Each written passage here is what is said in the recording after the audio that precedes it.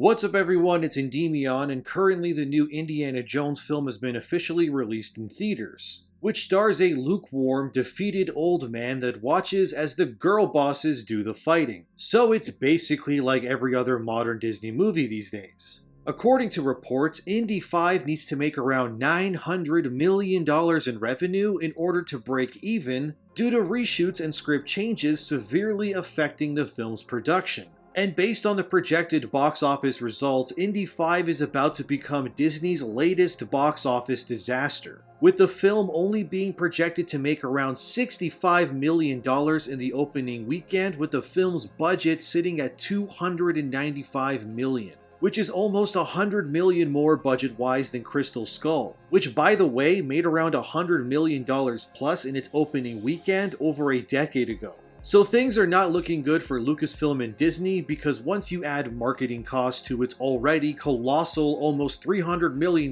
budget, Indy 5 is screwed, my friends. It's actually projected to do even worse than The Flash, if you can believe it. But amidst all of this turmoil in Mickey Mouse's kingdom of garbage, there's been some rumors circling that Indy 5's failure might finally be the thing that kills Lucasfilm.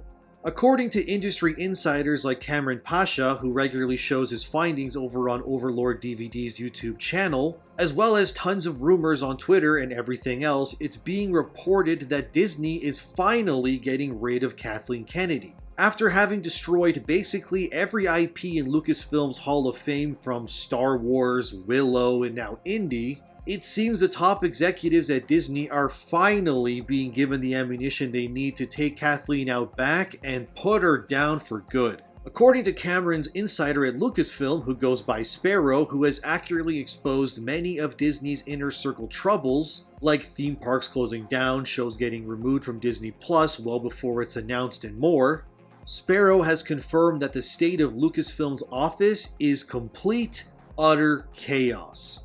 Not only this, but Sparrow and Cameron have confirmed that they both tried to contact Kathleen Kennedy using her corporate Lucasfilm email, and both parties have said they were sent a ping that the email they were trying to reach doesn't exist anymore. This does not mean that Kathleen Kennedy's email is gone, however, as it's common practice for companies to deactivate corporate accounts when firing employees. This is done so that all the information contained within those emails, like archives, messages, and documents, are retained. They do this so that, let's say the person who got fired was accused of something really bad. By deactivating, they not only remove the person in question's ability to access their info, but they can find out exactly what's going on as well. Likely in KK's case, this is being done so she can't make anything happen within Lucasfilm or Disney, since it can no longer come through the proper email to have the authority that she once did. Also, according to Sparrow, the current state of Lucasfilm's offices have many new individuals entering the premise and securing things like computers and key data servers.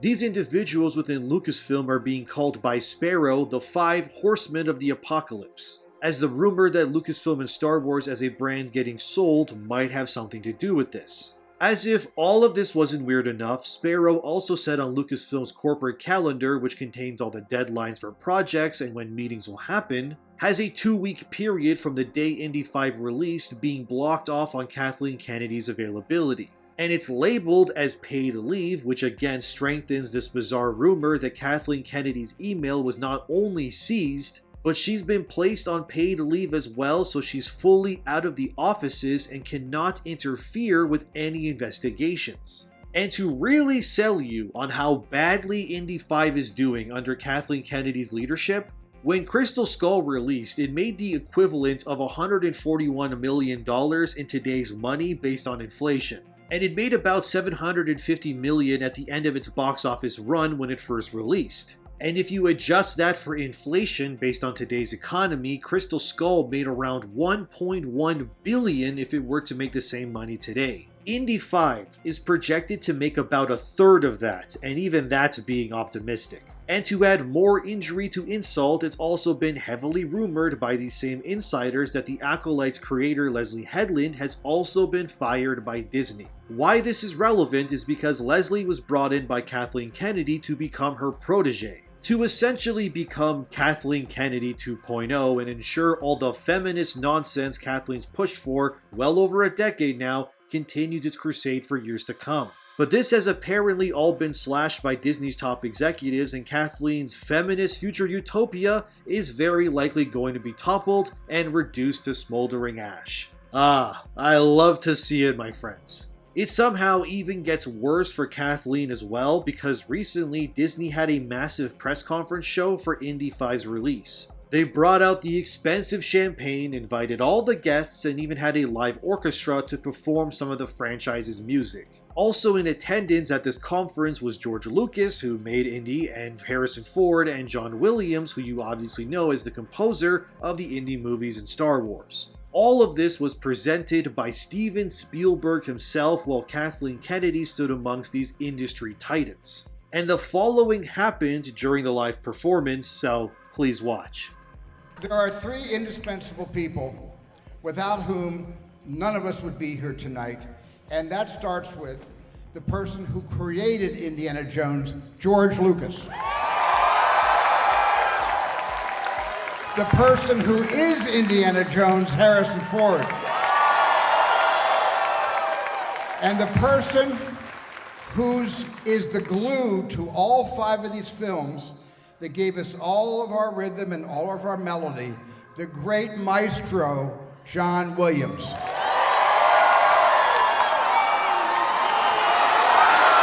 And as you just heard, Steven Spielberg went ahead and publicly acknowledged all the people who were instrumental in making Indiana Jones into a blockbuster franchise. But hilariously, Spielberg doesn't mention Kathleen's name during this, and apparently this public humiliation drove KK into a rage. The fact you can see the disappointment on KK's face when Spielberg said what he said is just so delicious. Like a medium rare steak, I could just enjoy that moment many times over. Oh, it's so glorious. But a lot of what's going on here with KK and the disaster surrounding Indy 5 is not surprising at all. This is the woman who took two of Harrison Ford's most beloved characters and turned them both into weak wretches that get sidelined for self-inserts of Kathleen herself. Another insider also recently echoed the rumor that KK is now gone from Lucasfilm as well. And this person accurately leaked that Nicolas Cage's Superman would be in The Flash, that Andy Serkis was in Andor,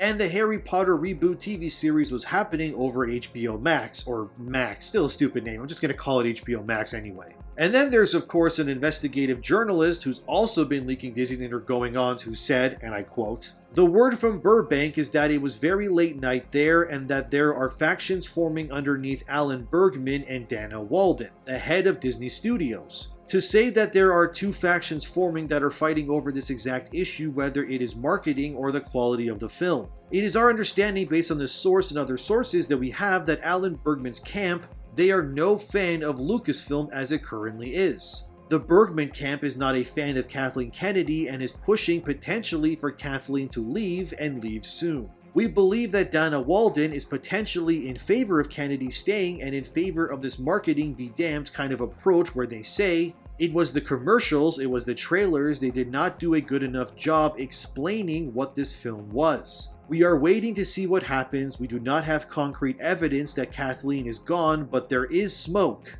There is growing billows of smoke, and don't be surprised folks if in a month, 2 months things are beginning to happen at a rapid pace. This cannot continue," end quote. Then there was John Campea, who's been kind of on shaky ground when it comes to the battle against KK and her legion of feminists, who also said, quote, "This is what I have heard. I have heard that the decision to remove Kathleen Kennedy has already been made and that she will be gone either sometime before or very, very, very shortly thereafter the release of Indiana Jones 5.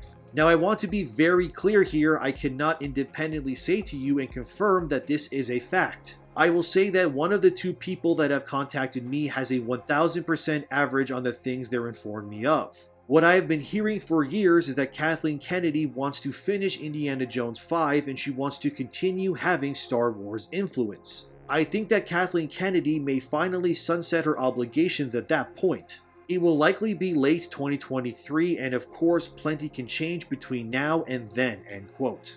Then, as if all of this wasn't enough to convince you that something is indeed happening, a podcast that also leaks stuff called Making Star Wars said their sources claim while KK will leave Lucasfilm, she will still be making movies, but somewhere else, hopefully.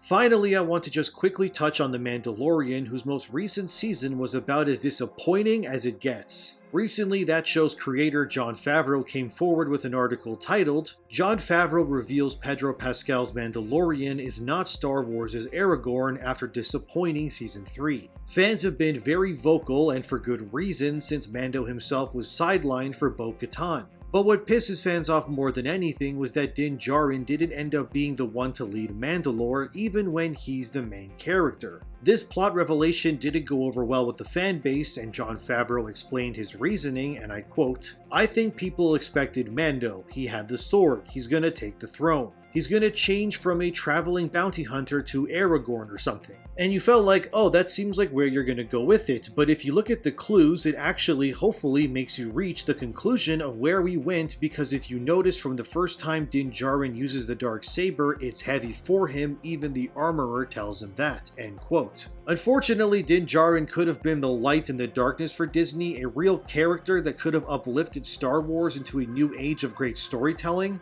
But like Indiana Jones, Han Solo, and more, Mando is just another male character who gets sidelined in his own series so the girls can do the fighting. And say that it was disappointing would be an understatement. I really don't understand what Lucasfilm is doing because it's clear none of it is working. But it makes me bummed all the same that young men are just not allowed to have strong male representation anymore, it seems, when it comes to Disney. Yet whenever they treat men like normal people, like Guardians 3 for example, the box office speaks for itself. I guess Disney will just keep failing, but I'd be lying if I said it didn't depress me at least a little bit. Although, I have no idea who the hell would want to hire this lady with the damage she's done. Making Star Wars then claimed that Lucasfilm's leadership would instead be split amongst multiple high executives, with people like Kevin Feige having a say in the future of the company. Yeah, the same Kevin Feige that created the MCU. Finally, this leads me to one very prominent question if all of this does indeed happen. If Kathleen Kennedy does get fired, what about those new Star Wars movies she just announced? It's already rumored the Acolyte and its creator have been jettisoned into deep space to die, but that still leads Indy 5's director James Mangold with his weird Jesus 10 Commandments Origin of the Force movie. And then of course there's the supposed sequel with Rey returning to raise an army of feminist Jedi. Oh joy, I can't wait. If I had to guess, the likely scenario here is that these two movies will not see the light of day. And especially with Mangold having directed the failure that is Indy 5, I really don't see Disney being confident enough to trust this guy with the origin of Star Wars. Like, come on already. The only movie or project that'll likely survive this Order 66 level execution is the Dave Filoni movie that connects Mando, Ahsoka, Rebels, and all that stuff. Besides this one movie, I think we may finally be healing and heading towards a future where Star Wars can and will be saved, hopefully. Let this saga of controversy be a stark reminder to the woke morons out there that modern day feminism is a cancer and it ruins everything it touches. Will Star Wars survive? Will Indy ever begin anew? And will Kathleen Kennedy finally be removed and have her cold, icy grip thrown aside so Lucasfilm can heal? Time will tell, my friends, but until then, I'll keep you posted, don't worry. So, thank you for watching, subscribe for more content like this, like the video, and have a great day, and I'll see you in the next one.